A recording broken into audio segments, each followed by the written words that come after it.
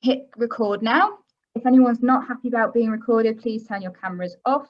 And then last but not least, if you have any difficulties or any concerns, you can see from my background that I'm here for safeguarding purposes. That means I'm just going to be chilling out in the background. You can message me directly over Swapcard, or you can message me privately on the chat here. It's really just for you for backup. We're not expecting any problems, but it's just so you know that I'm here.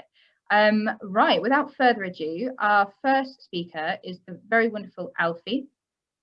What we're going to do is we're going to have the way the presentations will run is it's a series of photographs and they're being spoken to. The format is about 2020, but we're being a bit loosey-goosey with it. We're not holding everyone to that. And we might have time for questions at the end. We'll see if Alfie feels like he's got time. So just hold on to your questions and let's go. Alfie, please could you share your screen?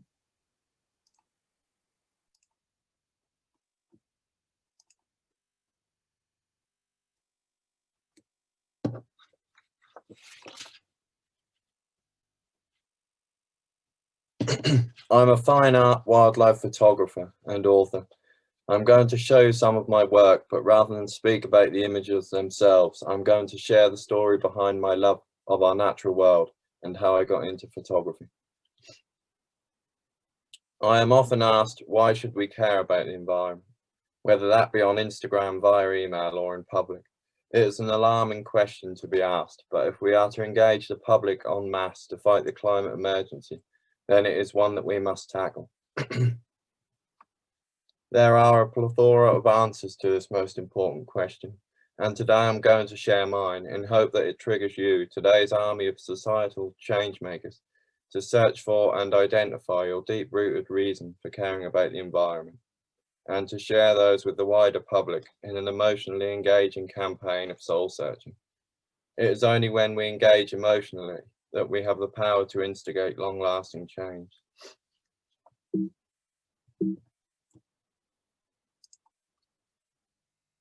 Despite being undiagnosed, the traits of autism were visible from an early age. I would rarely be settled and demanded near constant attention, and that need for attention and affection only intensified as I developed and my sister was welcomed into the world.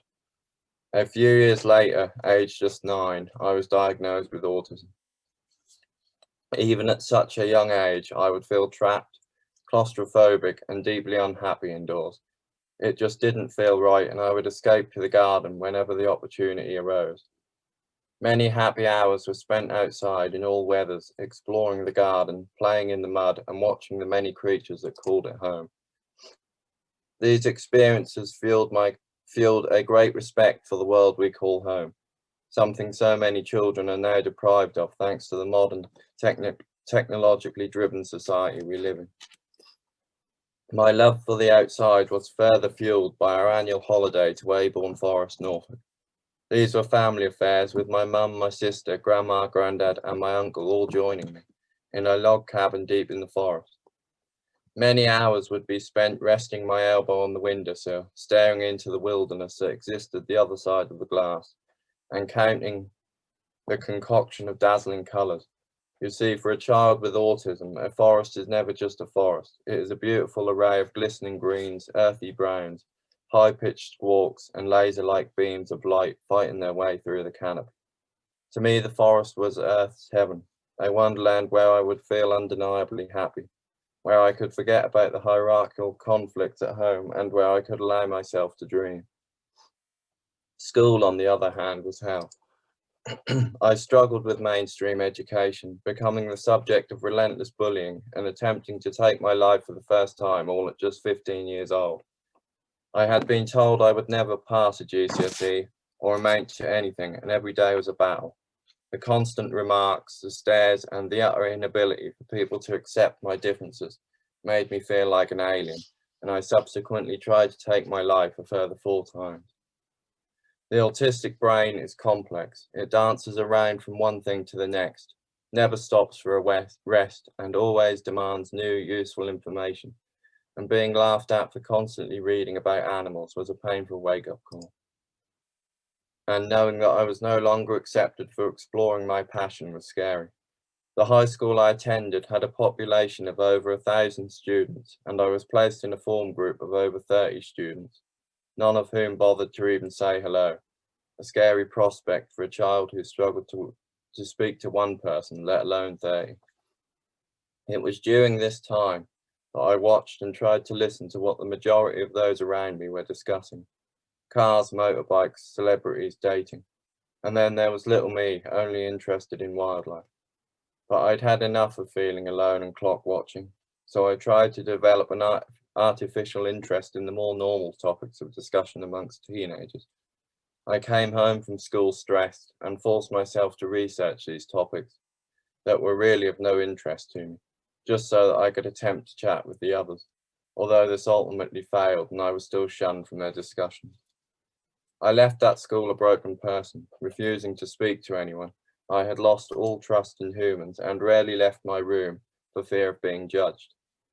Whilst out of school reinvigorated my passion for wildlife and began regular visits to my wildlife park and spent many happy hours losing myself amongst the many fascinating articles that I found whilst trawling the internet. Having exhausted all the ways of satisfying my obsession with wildlife, I then stumbled across my mum's little Lumix compact camera and set about attempting to photograph wildlife. Much to my delight, she invested in a newer compact camera in the spring of 2015, meaning I became the proud new owner of her old Lumix. I took the camera everywhere with me, but quickly became frustrated by its limited functions. Autism allowed me to mentally envisage many different images, but my camera would not allow me to turn these mental sketches into reality. I began my Christmas list in October due to my excitement at the prospect of receiving a new DSLR camera for Christmas. December 25th in 2015 will always remain in my heart and my mind as the day it changed everything. After many legal battles, my mum got me into a private special educational needs school in the Suffolk countryside. I blossomed at Centre Academy East Anglia, and after a few years of hard work, I passed 6 GCSEs, became the first head student in the school's history, was elected as head of both Student Council and Eco Council, beat many fears, passed 7 A-level qualifications at grade A to A star, and gained unconditional acceptance to 5 universities, and more importantly, had regained my love for the natural world. Never underestimate an autistic child. September 2018 saw me make the biggest and bravest move of my life to Middlesex University in London to study my lifelong passion, photography. I managed just 3 weeks thanks to psychosis caused by bullying and was quickly rushed to hospital. The fact I was subjected to bullying at university worries me. This is supposed to be a place of academic excellence and open-minded youngsters, yet all I experienced was utter ignorance towards my neurological differences. It took a great deal of energy and time to recover, but I refused to give up. This year has been a whirlwind. I've exhibited across the country, sold work across the world, and written my first book due for publication in September 2021. Many of us autistic or disabled youngsters have the ability to invent solutions, create art, and instigate scientific investigations that can change society. And all we need to unlock these vaults of talent is understanding, tolerance, and acceptance. I think that if you have been afforded a voice, however small, then you should use it to instigate positive change. It's not an option, it's a duty, and to forfeit that duty, to keep life easy, to not rock the boat, is simply unforgivable. And thus I am now determined to use the platform I have built through my art to change the world for children with special educational needs and fight for global ecosystems and wildlife. The late, great Mark Twain once said, "The 2 most important days in your life are the day you are born and the day you find out." I concur passionately with these words. The day I discovered my talent behind the camera and my deep love of the natural world saved my life. I'm in no doubt about that. That's my reason for caring so deeply about the world we live in.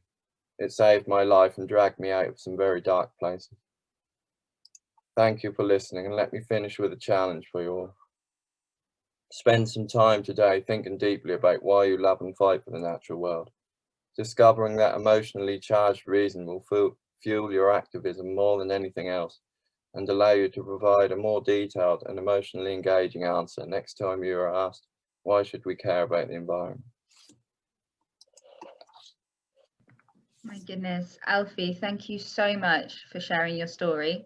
I know I won't be the only person on this call that was absolutely touched and enthralled by not only your story, which is obviously sad in places, but ends with such hope. And I just am so grateful for you being on the call. The photography is just incredible, and everyone can kind of check out Alfie's work if they go and search him on the internet. He's also on the Pecha Kucha platform, and you can find out his Instagram handles. Alfie, would you mind popping your Instagram handle in the chat for everyone to be able to find you? Alfie, you're absolutely incredible. We have got time for a question, but there is no pressure if you don't want to take one. We can move right on to Mhairi. I'll take questions if there is any. Okay, so we'll go for one question from the chat. Let's see what comes through. Let's see, does anyone have a question in the chat? Everyone's just really enthralled by how beautiful your photos are. Let's see, any questions? Does anyone have a question for Alfie? I know it's quite last minute. What has been the favorite thing you have taken a photograph of? Zebras, probably. I like playing around with the stripes. Nice, awesome. Well, brilliant question. Thank you so much, Esme. And where did you take them? Zoos around the UK. Zoos around the UK. Awesome, guys. So, Alfie, thank you again. Honestly, really, really blown away by your story. And you can see from the chat, everybody else has been too. So we're going to move on. We've got quite a different story now from Mhairi. Mhairi, are you all set? Where's Mhairi? I've got so many faces on my screen, I can't see you. So Mhairi, if you can come off mute, very good. So Mhairi is going to be talking about STEM and the environment. And I'm just going to spotlight your video now because I don't know how to do that. And if you could share your slides and get started, I will stop speaking. Awesome, thank you. And I feel like that's a really, really tough act to follow. Well done, Alfie. Let me just present our view. Perfect. Hopefully you can see that. Perfect. So, hi everyone. My name's Mhairi. I'm a 21-year-old from a wee place on the west coast of Scotland called Inverclyde, and my pronouns are she, her. I'm really excited to be here today to share my story and talk a bit about the difference that we as young people can make to help nature, specifically through science, technology, engineering and maths, or STEM. So I guess it makes sense for me to start from the beginning.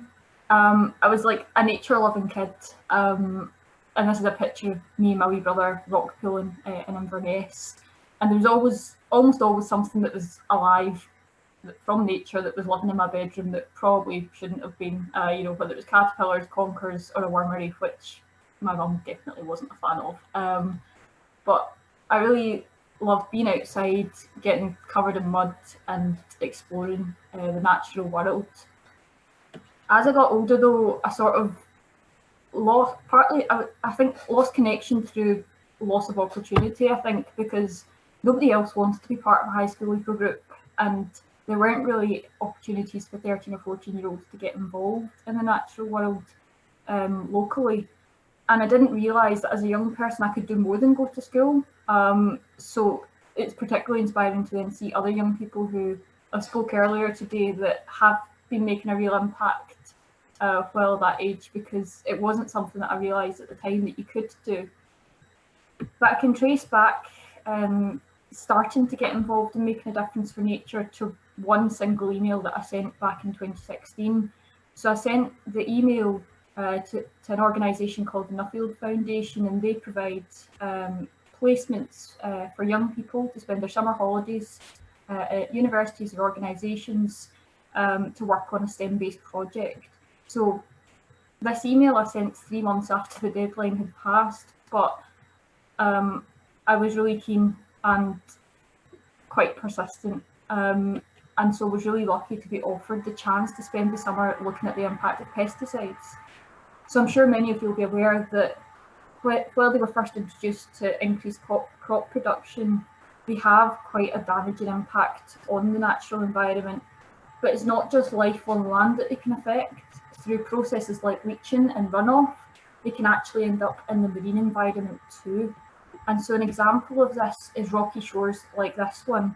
If you're familiar with Scotland, or the West Coast specifically, this is West Kilbride Beach, which is a rocky shore right on the west coast, and you might recognise those hills in the background across the water. That's the island of Arran. And the species that live in these rock pools, well, you know, they're not what's getting sprayed in the main part, you know, it's crops that are getting sprayed, but they could actually be at risk of exposure to these pesticides, especially if there is farmland nearby.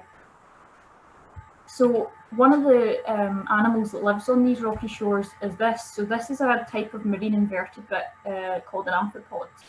And they're not the target species of pesticides. They live in the water. They're not the ones that are eating the crops, but they could still be impacted by them. And they're super important to food chains.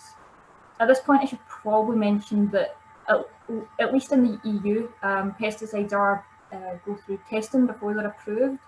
But often these tests only look at mortality, so whether the pesticides killing having a lethal effect on animals or not.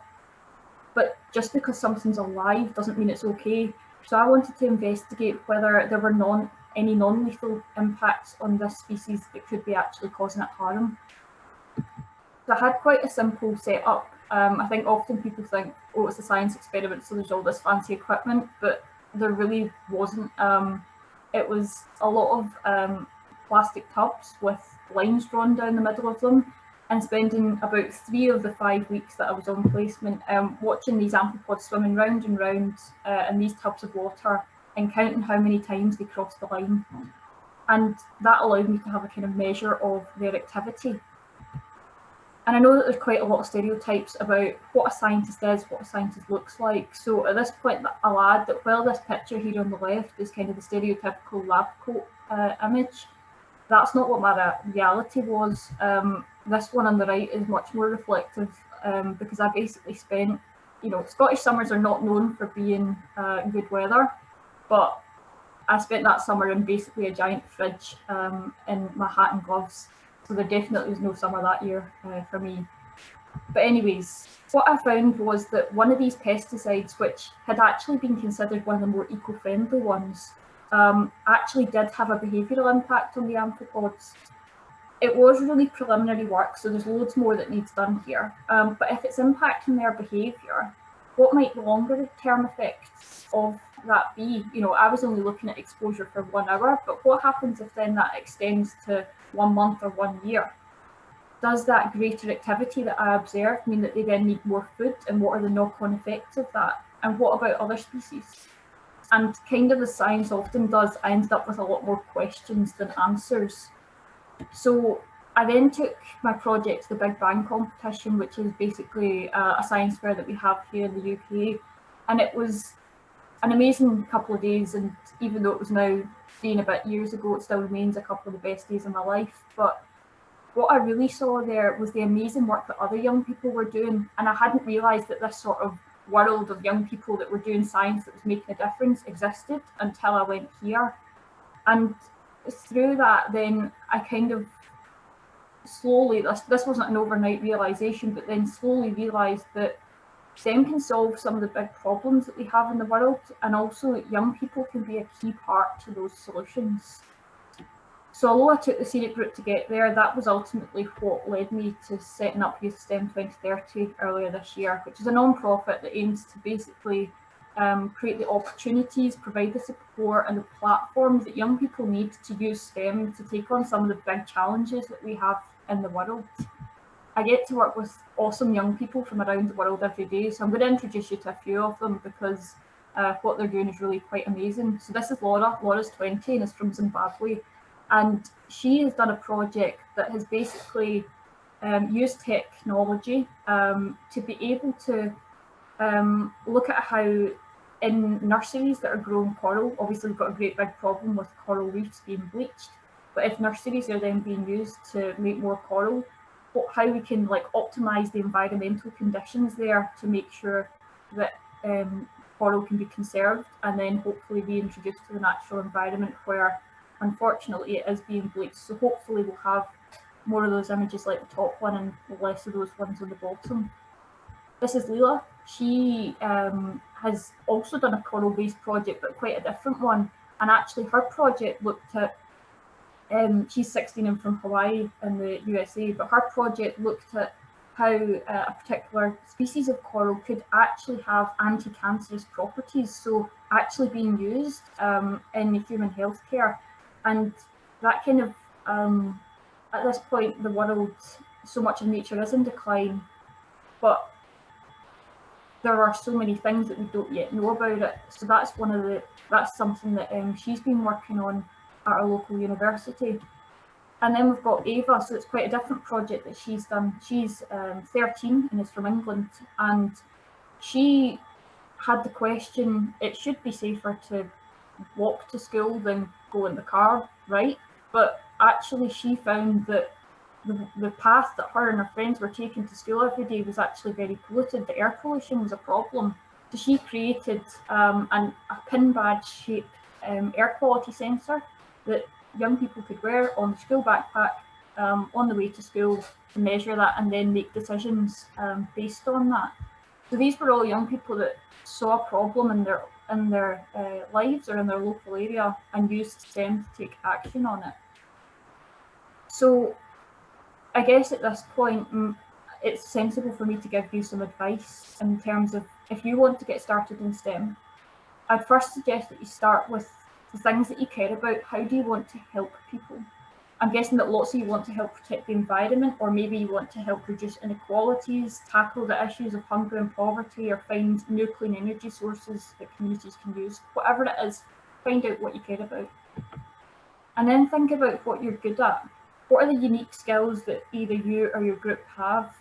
And by this, I'm not saying that you need to be a high achieving exam student in science. That's not what science is about. Are you good at asking questions? Are you good at doing research? Finding out why things happen. Maybe you're good at coding or speaking to people. Maybe you have first-hand experience of the problem that you're trying to solve. You know, that's really valuable. And I think everybody has skills and experiences that are valuable to STEM. And then lastly, get started by doing lots of research. Find out what's already out there. Have other people investigated a similar thing? And at this point, I would say don't be dismayed if you find that someone's already done your idea. Look at what they've done and figure out how to make it even better, because in the vast majority of cases, it's not this great big breakthrough by itself. It's actually lots of little realizations, lots of little bits of findings that then are what contributes to the big changes. And if we can help you with any of that at Youth STEM 2030, then do let us know. These are just some of the awesome young people that we work with from all over the world. So we'd be glad to hear from anybody that does want to get involved in what we do, or that we can help to get involved in STEM to make a difference to the planet. So I'll just put our contact details there, but thanks so much for giving me this opportunity today. And well, Mhairi, that is really, really fantastic. Thank you so much for sharing all that work. I know that you will have a wealth of knowledge in your head about what it's like to start up something like Youth STEM 2030. We don't have time for questions at the moment, but you can use the chat, guys. If you have any questions for Mhairi, I'm sure you'll be willing to answer those in the chat. Without further ado, though, we are going to Rachel. And Rachel, if you could share your screen and we will get started. I will shut up. There we go. Here we go, Rachel. Oh, can everyone see that? Yeah. So I'm Rachel. I'm from Glasgow, and I'm a network coordinator for Greenpeace Glasgow, and I'm also a designer. And I'm going to talk to you today about the way that design influences social political change. But before I start, I want to say thanks for the talks before. They've been amazing, and it's amazing to see another person in another Scottish woman in STEM. We've been very excited. But yeah, so design for political change. Design to me is about communicating ideas and solving problems, but what does this mean in the world of the political? What role does design play in the complex systems of daily and long-term politics? Designing protest. Design has an influence on the course of politics as it is used as a form of communication within campaigns, protests, and political commentary. The course of politics is due to the ideas and views of the electorate and design can be used to project, portray, spread, and influence these concepts. Graphic design has a powerful part to play in communication of political ideas and agendas. Graphics can become symbols of whole political movements where the delicate complexities, heated debates, passion, and disgust can be held within the balance of colour and space. Graphic design is not something that can be easily avoided. With the provoking nature of slogans, symbolism, juxtapositions, complementing graphics and sometimes wit exploding like fireworks into the consciousness and subconsciousness of the viewer. Graphic design is used to inform, misinform, distill hope, distill passion, distill fear, and to empower. Design for political change can also jump out of the hands of the designer and into the masses in protest. Within marches, individual acts of design convey passion and empower people. These individual acts also become part of something so much larger, where seas of people, banners, and flags are united and empowered in a shared message. Within political protests, messages can also be conveyed within objects. These protest objects are laden with meaning and message. Pieces such as the Trump baby often become centerpieces to a performance protest in ways that are engaging, provoking, genius, and often spreading a message far and wide. Protest objects are not just confined to political marches, but objects can pop out in unexpected places, catching one unaware with the communication of an idea. This example is one of my favourites, created by Mark Thomas, and it was a competition to redesign the word Farage, where they collected loads of different ideas, and then this one won that it was redefined as bin juice, which I loved. And then that was re-spread out back into the world, so you would just be going along the street and see this, and that then starts to redefine what language itself means through an act of design. We also have political change can also happen on a much grander scale than elections, referendums, and party politics. Political change can be the shifting of cultural views, a shifting of what people think is important, unimportant, and how in general they see the world around them. When large-scale political events take place, designers have a part to play in this. Designers too are part of that political change, and their ideas and ideologies shift too. The products that designers are making in times of cultural shifts can be protests to the views and ideas of the culture before, facilitating a new way of living and seeing the world. This can be seen in historic design, such as the work of Charles and Ray Eames. As they came out of the Depression of the Second World War, the designs were lifted, they facilitated mass production and mass consumption and materialism that was a new ideology after the Second World War. These products themselves protested the way of living.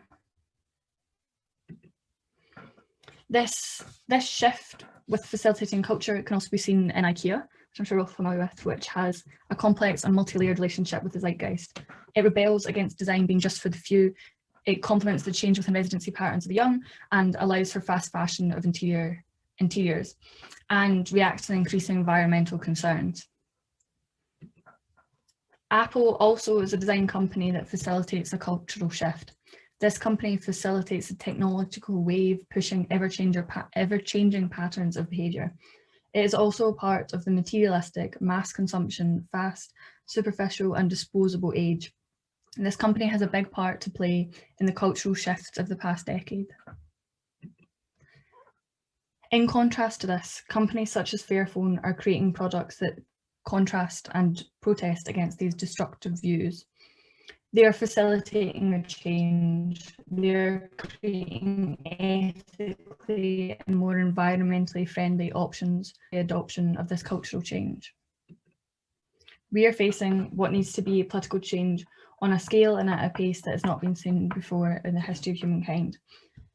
Jim Bendel predicts inevitable near-term social collapse due to climate change, while the paper Trajectories in Our Systems and the Anthropocene predict that we have approximately 10 years before tipping points of complete systematic cuts due to climate change.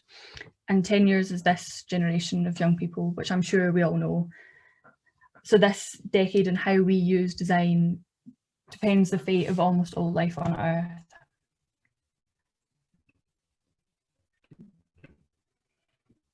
I propose that to pull off this paradigm shift to create political change, we need the combination of communication design and facilitation design to protest the damaging cultural views that have put our society in the line. And I don't think that one will work without the other. The effect of the combination of these two types can already be making a difference in the way that we live today.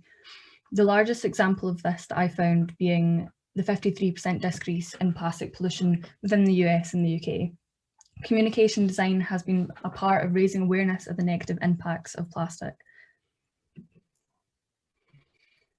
As the shift has taken place, the creation and adoption of alternatives has rocketed.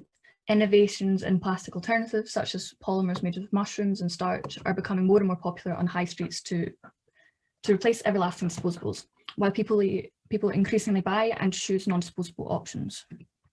This change can too be seen in the food industry as climate issues are ever more communicated. Their progression away from supermarket systems and foods that are harmful for the environment. There has been a colossal adoption and innovation in meat alternatives and urban growing. These changes, although in the right path, are only the start of what needs to happen. We need political and cultural metamorphosis, and I think that as designers and as activists and as young people, we have a responsibility to communicate and facilitate this change. Thank you very much.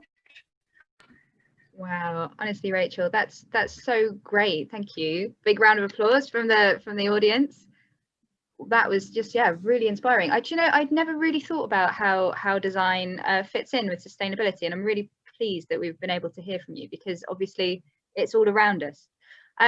So moving on then. Very quickly, I'm sure lots of people have got lots of questions for Rachel, but again, we're just a little bit tight on time. So if you've got any questions, please pop them in the chat.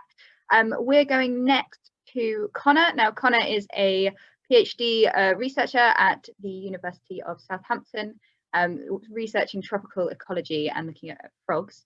But he's here today to talk to us about challenges in conservation for people, for queer people, for LGBTQ+ people. So without further ado, we'll pass on to Connor. Thank you. Excellent. Can you hear me, Kat? Cool. Okay. Hello, everyone. Thank you for sticking around. So my name is Connor. I'm a PhD student and an ecologist. I'm at the University of Southampton, and my research is mainly on frogs. But as Kat said, I'm going to talk about something slightly different in this presentation. So there are many challenges that people will experience working in fieldwork and conservation. And this applies to if you're working in your own country or overseas. And these aspects can have additional layers of complexity for certain groups of people. In this talk, I'm mainly going to focus on the LGBTQ+ community, of which I'm a card-carrying member. But there are these issues intertwined with aspects of gender, age, disability, race, and socioeconomic status, among many others. So when I talk about queer, being queer, which I'm going to use in this presentation to refer to the LGBTQ community, I'm using queer as an umbrella term for everyone in that sort of minority group. So what are the main challenges? Well, firstly, there are still around 70 countries that criminalize same-sex activity, of which 11 still have the possibility of the death penalty, which is terrifying. But of course, there's lots of countries that don't criminalize same-sex activity, but it doesn't mean that queer people are protected or safe. So this is data from the UK, from Stonewall, and a fifth of queer people have experienced a hate crime in the last year. And this is higher for trans people, and the majority of these crimes go unreported. So it's pretty shocking. That's in the UK, where we supposedly have a lot of protection and it's a safe place. As a queer person, every interaction you have with a new person involves this risk assessment of whether or not you're going to come out with them. I have a boyfriend, and if someone asks me, if I'm doing fieldwork, someone says, "Oh, hey, Connor, do you have a girlfriend?" So that's a complex question. Am I going to say no, which is true, or am I going to say no, but I have a boyfriend? And so you have to do this risk assessment of like, you know, what is this person's views? How is this going to affect my professional relationship with them? How are they going to react? And this, at the end of the day, for queer people, it can be much harder to make friends and to make good work connections because it's harder to be yourself.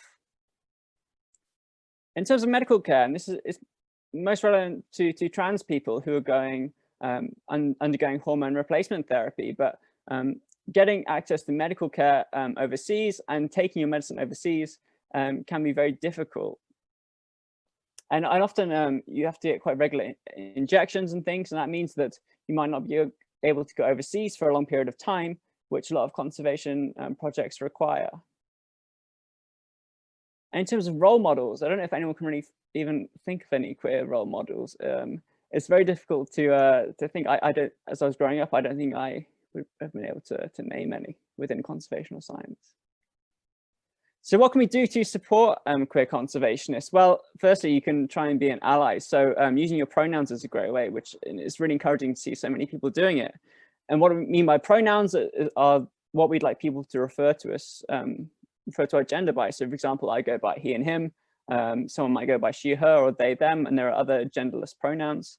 And the reason I ask you all to include your pronouns is that it starts to normalize the fact that we should not assume people's genders, and by normalizing the display of our pronouns, it stops trans, non-binary, and gender non-conforming people from being singled out and subject to online abuse. So please, it's really an act of solidarity to include your pronouns in your email signature and your social media. And lastly, you know, be vocal and speak out against any anti-LGBTQ speech or writing online. Please use your privilege as someone that is straight or cisgender.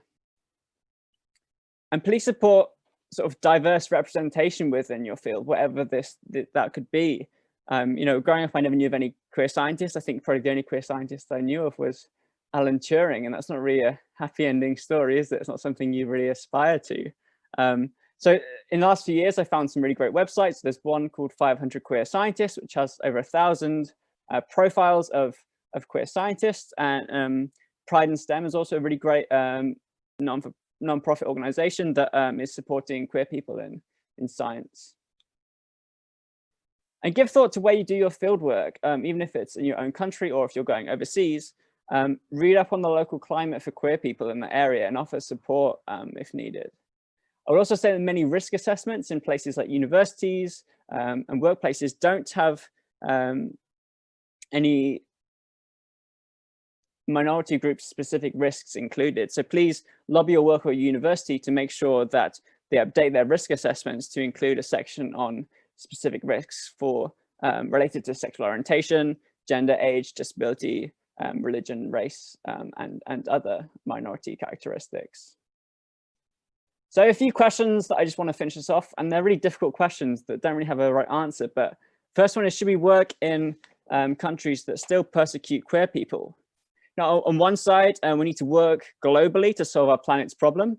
But this may mean that we put queer people at risk if they're having to work in remote locations. On the other side, of course, there are queer people and allies in those countries, and we should support them as much as we can. Should we work with people that are maybe doing good conservation work, even if they have negative views towards minority groups? You know, of course, there's a large degree of cultural and religious differences, but where do we draw the line? Should we separate the science from the scientist, or the conservation work from the conservationist? It's a difficult question, but I think the answer is to always look for someone else who is inclusive and invest your time and your money with them. And my last question is that, should conservationists suck it up for the cause? And in short, the answer is no. To solve our planet's diverse problems, we need diverse solutions from diverse people. And to encourage this, we just need to make some small changes and just give a bit more thought to how certain situations may be problematic for others, even if they are fine for us.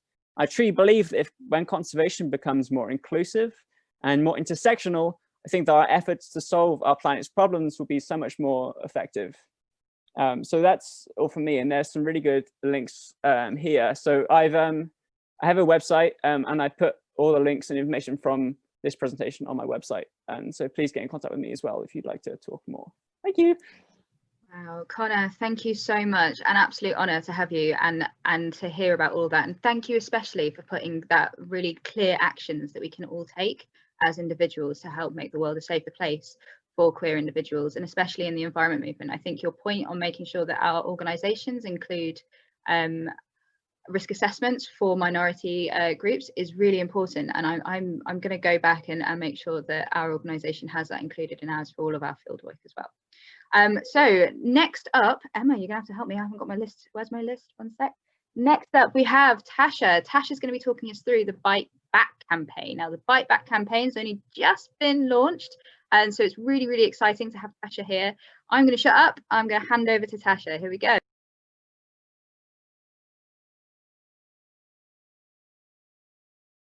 Tasha, you're just muted. If you wouldn't mind unmuting yourself.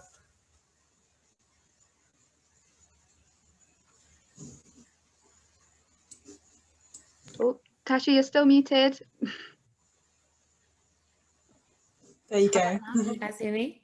Yay, fantastic. So hi guys, my name is Tasha Mhakayakora and I am Youth Board Co-Chair at Bite Back. And like mentioned, we are a new healthy eating organisation. We literally launched last year, but over the year we have made so much progress in terms of addressing various health disparities within the food industry. So what is our aim? So in order to meet a hugely ambitious 2030 goal, which is to halve childhood obesity in the UK, we aim to share the truth about the food system, how it is designed, and also how can we redesign it to put the health of young people at the forefront of its operations. And we want to do this by building powerful alliances with companies, parents, governments, everybody who can work together and make this change a reality. And this is our fantastic youth board. This is the heart of Bite Back. We're not like any other healthy eating organisation out there. We are for young people, but we're also led by young people. And this is absolutely fantastic because it means that we can get a fresh perspective on the experiences of young people when they go out and eat, or when they're at school and they experience school lunches, etc. Because we think young people are up against a flood of unhealthy foods pouring out from their high street, their supermarket shelves, school canteens, and we want to stem the tide against high fat, salt and sugar foods, and we want to improve the flow of food that is nutritious, affordable and really accessible. And over the last year, we have launched so many different campaigns addressing various issues within the food system. For example, we launched a campaign that was calling for clearer labelings, food labels. We found that on food labels, a lot of the time you cannot decipher what is inside your food, what is it that you're eating. So we had to address that. And our biggest campaign was led by my co-chair, Christina, and it was calling for the government to commit to feeding 1.3 million children who are on free school meals over the school holidays. We recognize that holiday hunger is a very important thing, and it's something that happens to a lot of us. And so with the impact of COVID-19, we were calling for the government to really step up to the plate and provide for these kids over the Easter holiday. And obviously this then attracted the attention of Marcus Rashford, and through his open letter, we was able to get a U-turn that then called for the government to provide school meals over the summer holiday as well. We have loads of people behind us, loads of influencers that are supporting the cause. For example, Dr. Alex from Love Island, he is our biggest supporter. We absolutely love him. We have the likes of male fashion model, David Grandy, he's fantastic. And of course, our co-founder, Jamie Oliver. A lot of our work that we do could not happen without the support of these very important, influential individuals. And so, literally last week, we launched a new campaign, and this was related to the current post-Brexit trade deals that are happening at the moment.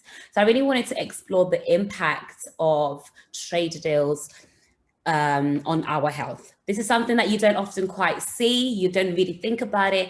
And at the moment, the future of the UK's trading relationship with the EU and other countries remain really uncertain. Bite Back is concerned that the future trade arrangements could pose the biggest threat to our health and to a lot of people eating diets, especially young people. and the future of food. What does that look like? Everybody's talking about chlorinated chicken, food safety, animal welfare, environmental concerns, and these are massively important issues. But I think trade deals could, like I said, could pose the biggest change to what is it that young people are eating. And this is a long-lasting change, not something that's going to be here for a couple of years, but almost decades. For me personally, I really wanted to talk about any US and UK trade deals that comes out of Brexit. Currently, there has been a lot of widespread protest as Trump is very vocal against warning consumers what is inside their food, especially food that has been genetically modified. And there's a lot of research that does suggest that ultra processed foods have very bad implications on your body. Another thing is that Trump has threatened to take America out of the North American free trade arrangements, and this has led to new negotiations. A lot of it is aimed at stopping consumers, like I said, knowing what is inside their food. He does not want us to know that what food has high salt, high sugar, high fat, and the implications that can have on our body. I think I'm going to explore what we can expect from the wrong trade deal. I think the first thing is that the UK, number one, already has the most ultra processed diet in Europe, and it's around 50% of food is classified as ultra processed compared to other European countries. For example, France and Italy, they're around 15-14%. And we know that a high proportion of ultra processed foods in the diet is really bad for you, and this has been associated with obesity. We think future trade deals have the potential to increase the production, availability, of affordability, and promotion of these junk foods in the UK market. And we see this happening a lot across the world, for example, with Mexico, where outside foreign investments and additional advertising that led to high fat, salt, and sugar food, an increase in the consumption of those kinds of foods. We also saw that in Canada, so after they had signed a US trade deal with the US, there was an increased consumption in high fructose corn syrup, and that is just a type of sugar. And we saw that their obesity rates more than doubled in the space of about 10 years. So the impact is really astounding when you start looking at the figures and how that can have an impact on the nation. And we think a bad trade deal can really undermine all the progress that Boris has made in terms of his new obesity strategy. So not too long ago, a couple of weeks, he proposed his obesity strategy, which called for the 9 p.m. watershed, and that is banning junk food advertising on TV and online before 9 p.m. He called to extend the sugar tax to include sports drinks, and also just calling for clearer labellings across all kinds of foods and drinks. So what is the solution? A lot of the time, we're always talking about the bad things that are happening, the problems. What is it that we can do? So first of all, the government has proposed the Agriculture and Trade Commission Group, and this is to examine the trade deals. However, it's not teethy enough. And what I mean by that, it doesn't have much power. It doesn't have the right voices in the room.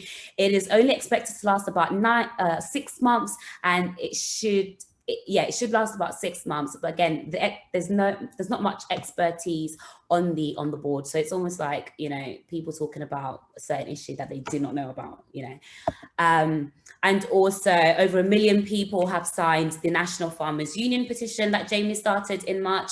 And now we are asking for people to email their local MPs to influence their upcoming votes in the House of Commons to save our food standard.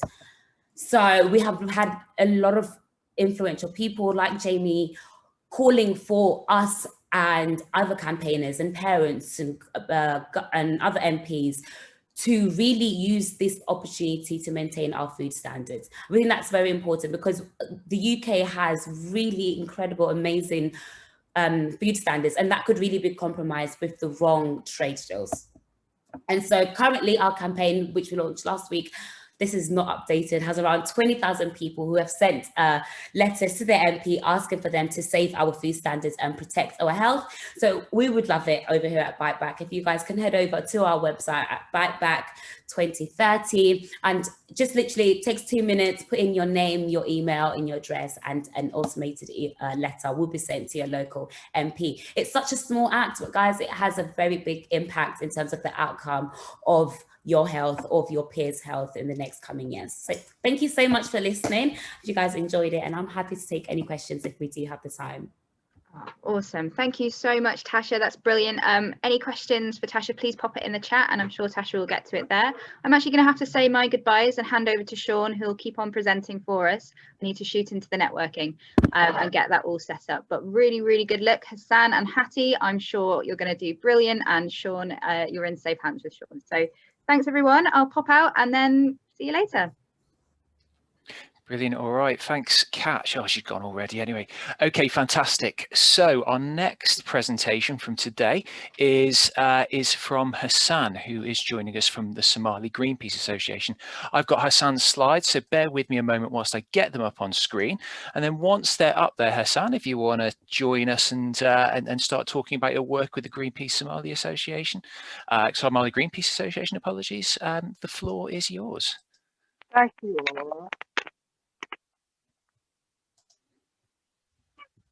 Thank you, guys, and great presentation that everyone has did. Somali Greenpeace Association is a non-profit organization, young organizations that are working in Somalia. If you please share again the that are working in Somalia, that are working in Somalia. Our vision is to make Somalia a green and peaceful nation that works in Somalia. Our thematic areas, or the areas that we focus, is climate change and environment, food security issues in Somalia. We also focus on youth and gender. Also, we deal with ocean and rivers, and also we are part of silencing the gun and peace development in Somalia. Next, please. Next, please. Yes, what are we doing in Somalia? Planting trees. We go to different areas or schools and we plant on trees. Next, please. Next, please.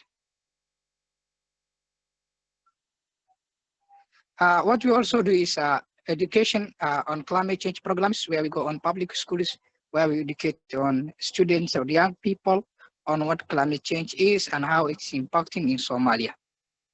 Next, please.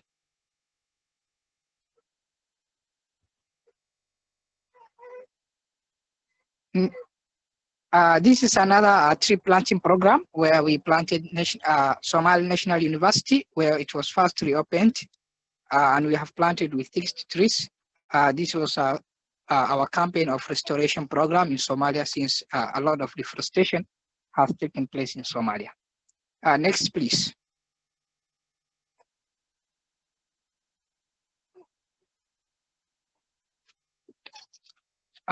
This is another field training program where we have taken more than 15 students to a field training and educating them in the importance of trees on carbon reduction and how it gives both shadow and food to the people that are living within those planted areas. Next, please. This is another activity where we were celebrating on World Peace Day on September. Instead of just focusing on peace, what we did was focus more on environment, and we said there's not only humans need peace, but also we said the environment needs peace, where we have gathered more than 50 youth, and we have talked about the importance of giving peace both to the environment and the human being. Thank you. Next, please. This is another awareness campaign where we have trained more than 50 young people on the importance of prevention deforestation. At the same time, we planted trees in that area. Next, please. This was another tree planting program where we have planted more than 50 trees in Mogadishu One Stop Youth Center. It was recently opened, and this program has successfully worked, where now after we have done on monitoring again, where we have seen the trees have grown and it made a beautiful and both shadow and attractive to the Somali One Youth Center in Mogadishu. Next, please. This is another campaign that I did, where I have trained more than 100 people from primary schools on the importance of plant protection and trees. This came as a result. First, we went to this school and we talked about them that we need to plant trees in your schools and the importance of trees. But when we came to the next time, we have found out they have already planted trees to themselves. So what we did was they said we need a train on how to protect these trees. So we had held them a training that on the importance of protecting tree and how they can protect easily. Next, please. This is another campaign where we were training 20 young people on what climate change is and how it impacts Somalia. So the results were being given by of this training by UNFCCC, and we are thankful to them. And we trained in here Somalia on introduction to climate change is and its impacts. Next, please. This is another program that we were celebrating on World Earth Day, where we have celebrated and showcased on both our YouTube channel and Facebook the importance of Earth and its protection and how it is our duty to protect the Earth and the habitat it is giving us. Thank you. Next, please.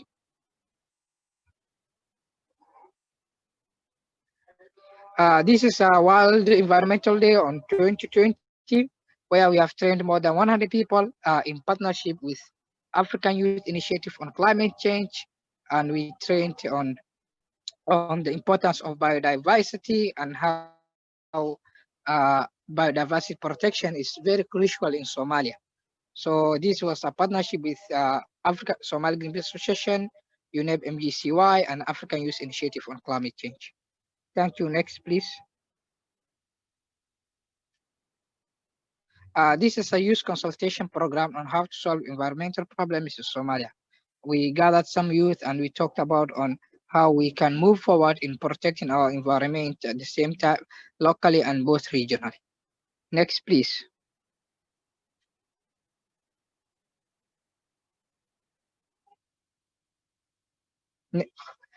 This is another program where we have engaged the police. We have seen that the importance of engaging the public and the police in protecting the environment. So we have planted more than 60 trees on Somali Police Academy, where we have engaged police officers and talked the importance of protecting the environment. And they welcomed us and we have planted together these trees and they promised that they will protect the environment in any way that they can do it. Next, please.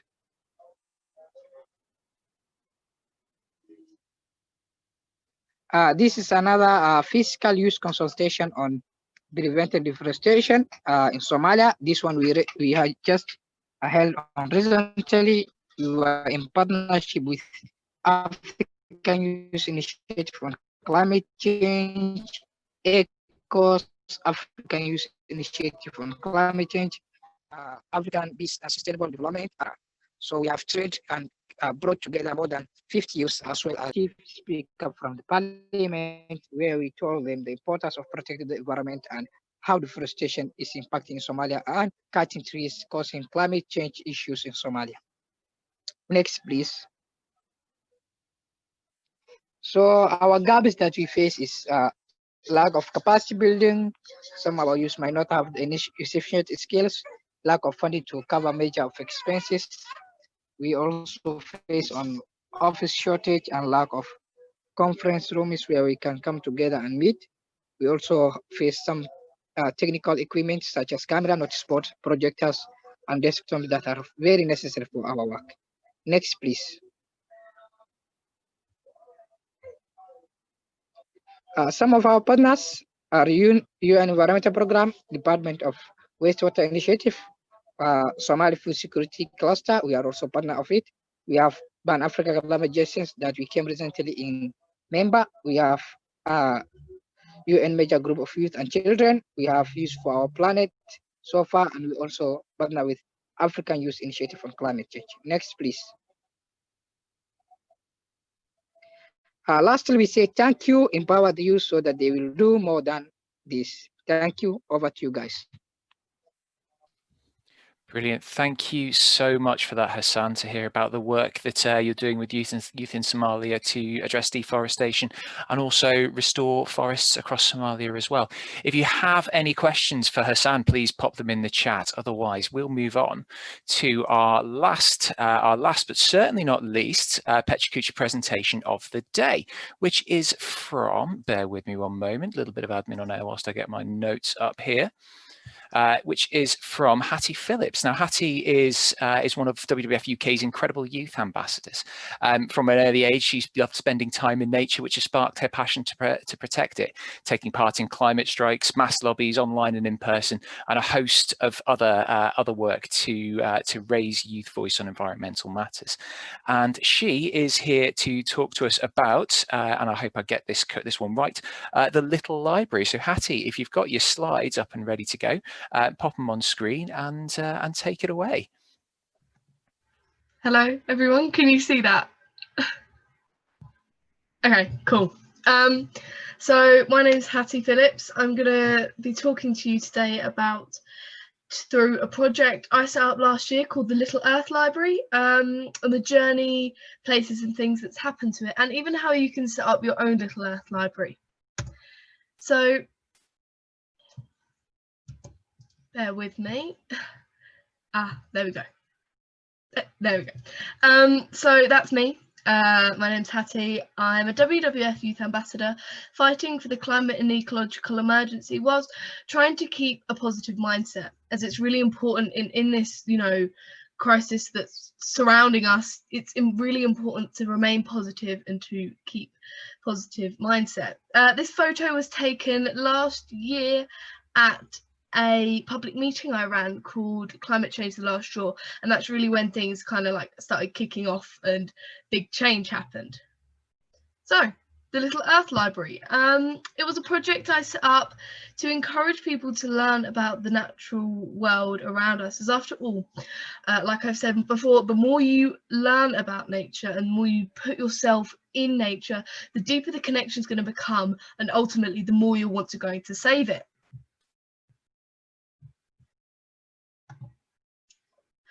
In theory, this is the original what the Little Earth Library looked like. It's a basket of books you have on your shelves, or me and my mum have a joke that if we took away the walls of our house, we would be left with a house shape in books.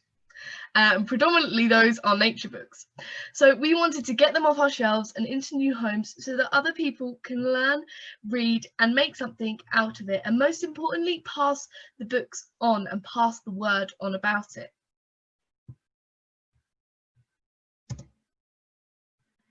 As a young person passionate about nature, being green is not very mainstream. We need everyone to understand that. In fact, that is the complete opposite. Nature is in part of every single one of our lives. We literally could not be more part of nature if we tried. So along came the hashtag Make Nature Mainstream. But like all good things, along came a little bump in the road. Yep, that's right, our basket for the books was stolen. And can I just add, only the basket? All the books were left behind. So we made a bit of a statement. We had this tiny little basket, and the books couldn't actually fit in there. But even though our basket had been stolen, that kind of got the word about the Little Earth Library around, and in our tiny little town, more people started to understand it. Books were going really fast, they were flying off. So we went on a hunt to find more cheaply and most importantly second-hand books. Charity shops are so supportive of this, and we have a local warehouse near where we live, and they even saved some of the books for us to come and collect afterwards. Also, jumble sales were amazing as well. A Facebook group had been set up as well as other social medias, and it's amazing to see other LELs being set up, popping up around the country. It made all the hard work worthwhile, and now more people can learn about the incredible world we've inherited. So that's my mum, by the way. I've been going to this festival since I was about 2 years old, and it's a big part of my life, and festivals are amazing for people coming together and finding out about each other. So of course we packed the Little Earth Library in our little camper, as you can see behind, and we got so much like chat from other festivalers about their experiences, and then taking books and learning and sharing as well. We realised that the Little Earth Library couldn't actually stay on our hedge during the colder months, so we bought it a nice new suitcase from one of our local charity shops, and our local zero waste shop was so kind enough to let us leave it in there during the chillier months. So that's where it went off in its nice new little suitcase to there, and that was it in the shop. And as you can see, it was in a nice space, and it still maintained lots of books going out even in winter. If you are into craftivism, which is activism using crafts, this could be right down your alley. This isn't one of our projects, but it's a very similar project, and it contains leftover wool and craft items, so you can get your message out there. There are loads of examples of craftivism on Pinterest if you want to have a look into more in that. And I have a book called The Little Book of Craftivism, which is really cool, and it shows you some incredible like embroidery that you can leave around big cities to get your message out in just a different style. My school holds a huge careers evening every year. There are over 100 stalls from loads of universities and different pathways that you can use careers in your life, and the teacher involved asked me if I would hold a stall on promoting green industries and career options. So I took the Little Earth Library, and it was really apparent that lots of younger siblings really enjoyed taking a book to read or learn about later on. Another example of the Little Earth Library, the staff at Essex Wildlife Trust were really quick on the mark to get in touch, and the manager at this site had his Little Earth Library running quite soon after the first one was made. I particularly like this one as they use the exact same format as the original.